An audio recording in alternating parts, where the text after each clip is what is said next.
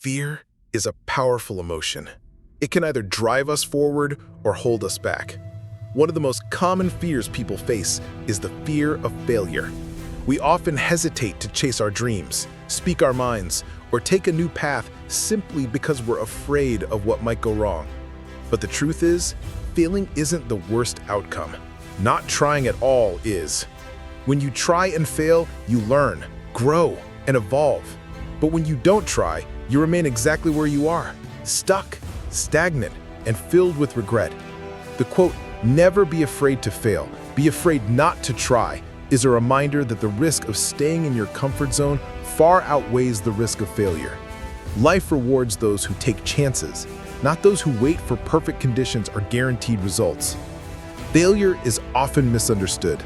Society paints it as something negative, as a sign of weakness or incompetence. But in reality, failure is a part of progress.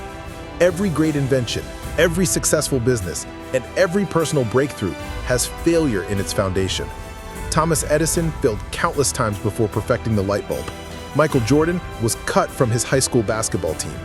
J.K. Rowling's first Harry Potter manuscript was rejected multiple times. These individuals didn't let failure define them. They used it as fuel. Trying is what sets the achievers apart from the dreamers. You can spend your life imagining all the things you could do, or you can take a step, even a small one, toward making those dreams real. And yes, you might stumble, you might make mistakes, but even the worst failure brings lessons and experience that staying still never could. Not trying means living with what if. What if you had applied for that job? What if you had started that business, pursued that passion, or taken that leap? Regret doesn't come from failing. It comes from never knowing what might have been. The fear of failure may feel big in the moment, but the pain of regret can last a lifetime.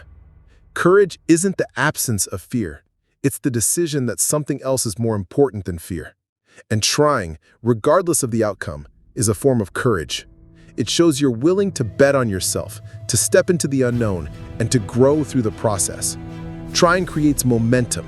It opens doors, builds confidence, and moves you closer to your goals. Even small efforts matter. Trying doesn't have to mean drastic, life-altering actions.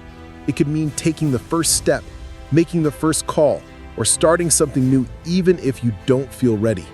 It's not about being fearless. It's about acting despite fear. Remember, success isn't final, and failure isn't fatal.